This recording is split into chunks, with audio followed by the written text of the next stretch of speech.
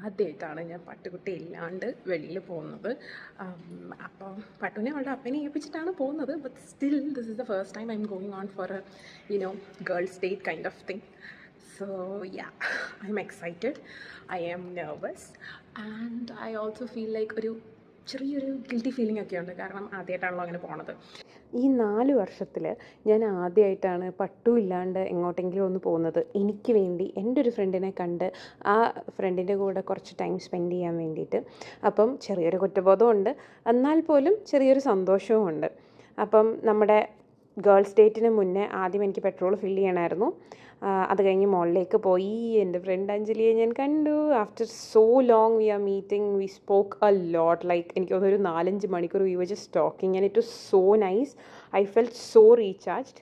ഞാൻ പട്ടുണി ഇല്ലാണ്ട് പോയതുകൊണ്ട് അവൾക്ക് ചെറിയൊരു സമ്മാനം വാങ്ങിച്ചു. She was very happy about it.